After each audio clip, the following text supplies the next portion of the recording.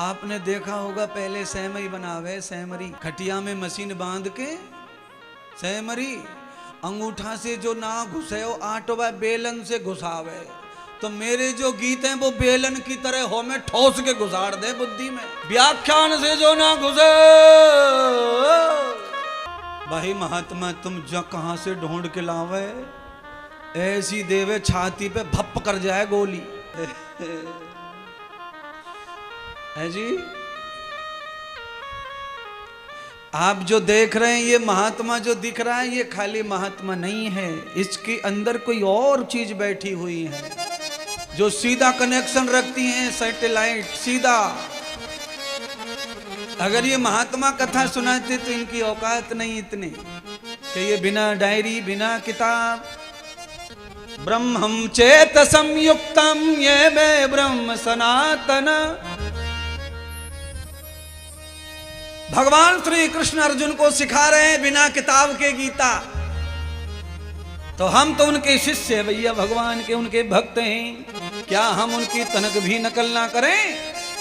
हमारे पूर्वज बिना किताब के ज्ञान दे के चले गए तो हमें थोड़ा बहुत तो लकीर जरूर पीटनी चाहिए। आपकी मर्जी, आप पीटो मत पीटो, पर हम तो पकड़ के चलेंगे क्योंकि हम तो खा कमाई उसी से रहे महाराज। जिनके नाम से रोटी मिल रही है उनकी आदतें नहीं लेंगे तो हमारी तकदीर भी अच्छी रहने वाली नहीं है, वो खोखला हो जाएगी।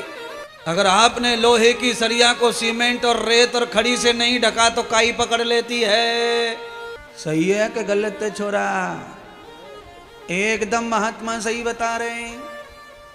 जो भी सरिया रह गई खाली नंगी उघाड़ी उसे काई पकड़ लेती है, काई। इसीलिए जैतपुर वालों मैं नहीं चाहता कि तुम्हारे को कहीं से भी काई यानी बुराई पकड़े। ज्ञान का, भक्ति का और विवेक का मटेरियल अपने जीवन में पोत लो जिससे बुराई काई ना आए।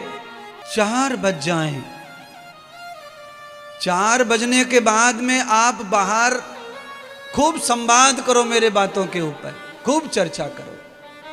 अच्छी लगे अच्छी करो, बुरी लगे बुरी करो, पर खूब करो।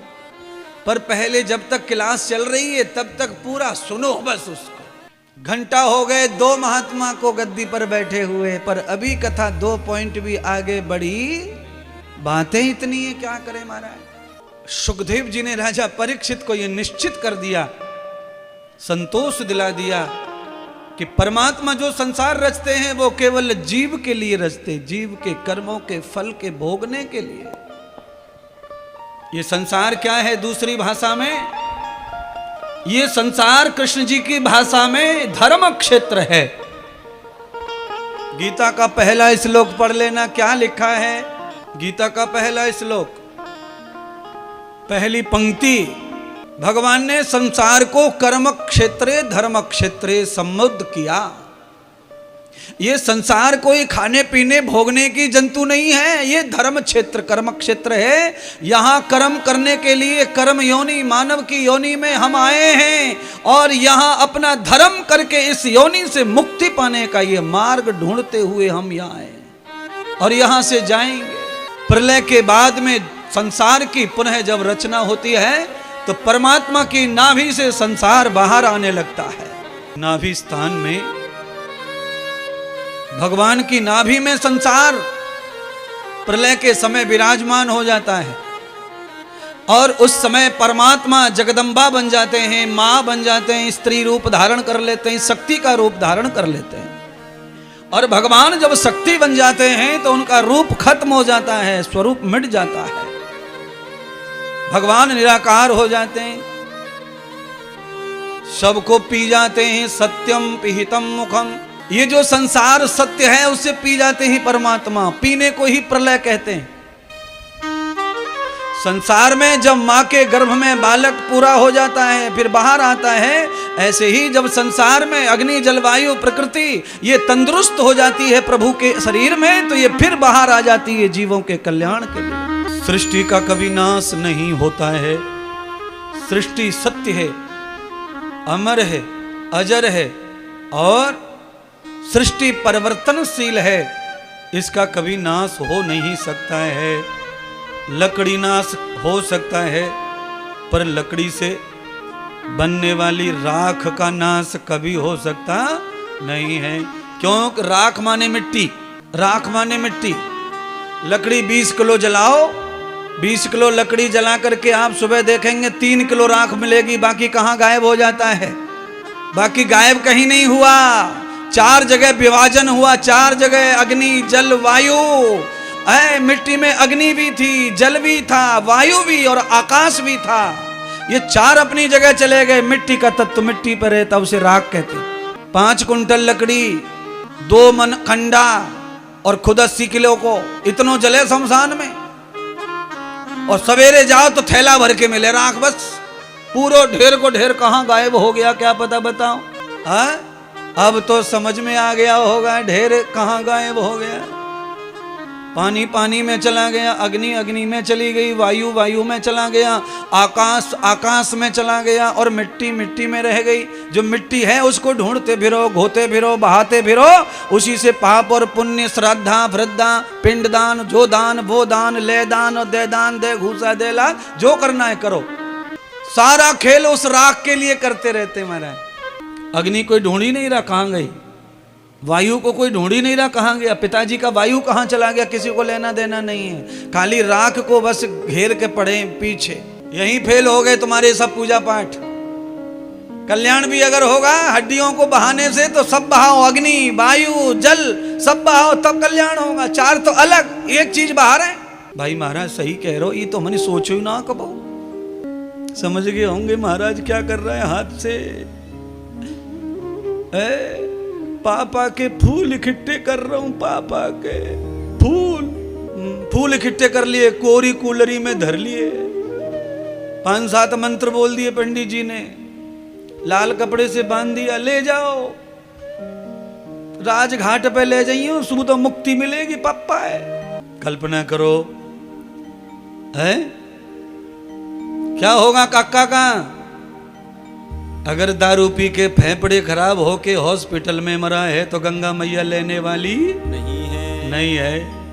सब जान गए हैं। हंसी हंसी में मैं लोगों को ज्ञान दे रहा हूं। पंडित जी हमारे घर आई हो, हमारे चाचा को श्राद्ध है परसों। आ गए पंडित जी। पंडित जी अपना काम कर रहे हैं। खीर पूड़ी कचौड़ी बड़े पकोड़े सब बने, खीर पकौड़ी सब बने। जे चाचा का श्राद्ध है वो चाचा 4-4 दिन रोटी खाता नहीं था। क्यों? जिनको ज्यादा पीने की लत पड़ जाती है फिर वो खाना नहीं खाते। सुबह 4 बजे से होना ड्रिंक। अब आप बोलो, जो आदमी जिंदे पर रोटी ना खावे और 4-4 दिन वो रबड़ी पूड़ी कचौड़ी श्राद्ध की कैसे खावे को मैं समझा रहा हूं। अंग्रेजी लाए के धर दे पौआ फोटू के सामने, तब शांति मिलेगी पप्पा की चच्चा की आत्मा को। दारू पी के मगा रहा हूं और श्राद्धों में खीर पकोड़े खिला रहे फोटू को। जीवित में माँ बाप की इच्छा की पूरी नहीं करवाए, इच्छा तो कम से कम मर के तो कर दो। अम्मा मरी, अम्मा जब जिंदी तो पूर्णमासी आई। अम्मा को मन करो पूर्णमासी को, अरे बहू मेरो बड़ो मन कर रहा है ने मालपुआ खीर बनाए दे। आखिरी दिन चल रहे मेरे। बहू टूट के पड़ी अम्मा पे। बताए बूढ़ी है गई है, अब वो तो चट्टू है रही जीव, मालपुआ खावेगी कचौड़ी खावेगी, जिना है कि जो मिल जाए सो खा ले, कल परसों मरनो है। बहू ने सुना दी पूरी कथा और भाग्य से ऐसा बहु कि 5-6 दिन में अम्मा सटक गई, निकल ली अम्मा। जो बहू मालपुआ के कहने पर लड़ पड़ी, भिड़ पड़ी, मर गई अम्मा, जल गई, राख बन गई अम्मा। 11 महीने को बामन जमाए दियो, 11वां महीना आयो, श्राद्ध कर रही है, बरसों श्राद्ध। आज बहू मालपुआ कचौड़ी अम्मा के फोटू के मुंह में घुसेड़ के दे रही है, अंगूठा से ठूस के। वो टपक जाए, फोटू पे से गिर जाए, अंगूठा लगाए रखो है कि अम्मा खाए ले न खावे तो पीछ खाए लियो ले, मुंह में नेक तो चपकाए ले एक चावर। तो ये हाल है तुम्हारे संसार का और तुम्हारी श्रद्धा का, तुम्हारी भक्ति का। जीवित माता के, जीवित दादी के सेवा करने में मैया मर रही है और मरने के बाद फोटो पे घी को दियो जराएंगे। हाँ मैया, घी को दियो जराएंगे तेरे फोटो पे, चौकी पे धर के। सही कह रही है माँ। हाँ? अरे मैं तुम सबको सुना रहा हूं, तुम्हारे सबके साथ यही होना है। जहां पे आंगन में लहासे धरेंगे वहां दिया परमानेंट जलेगा, तेरे दिन परमानेंट। और जिंदे बाबा के कमरा में दियो ना जरायो, चिल्ला चिल्ला के मर गो। अरे बेटा दियो जरा दे, मो ना दिख रो, मो पेशाब को जानो छोरा ने के दियो जरा दे ना। अब पेशाब करनो बाबा, बाबा खत्म है, वो फोटो को दिया लगवाए, दियो जरो अखंड। पंडित जी और कह गए कि बेटा बुझ न जाए दियो, अखंड जलाइयो। तो रात में सोमते सोमते सपने में उठ उठ के दियो जला रहे हैं, तेल पे तेल, घी पे घी छोड़ रहे हैं। अरे दियो बुझ जाएगा तो बाबा को भरोसा ना है या कि सेवा हमने करी ना है, गुस्सा में मरे हो, लौट के आएगा तो लफड़े कर देगा है। इसीलिए तुम्हारे बाल गोपाल सुखी नहीं है बंधुओं, इसीलिए तुम्हारी औलादें सज्जन नहीं हो रही हैं, दुर्जन हो रही हैं। चढ़ती जवानी पे ही दुर्गुण आ रहे हैं, क्योंकि दादी दादा की सेवा नहीं हो पाई है, पितरों को सुख नहीं दे पाए हैं। जियत पिता के दंगम दंगा और मरे पिता पहुंचाए गंगा। है कुछ लोग तो इतने वफादार हो जाते मरने के बाद कि बाबाए ना भैया हम ना जरा रहे काम में, हम तो काशी ले जाएंगे, काशी ले जा काशी। क्योंकि काशी में तेरे बाप के लिए तो खाली जगह पड़ी है, सब शिवलोक में जाते से मिलेगा और जाते से शिव जी का गण बनेगा ये।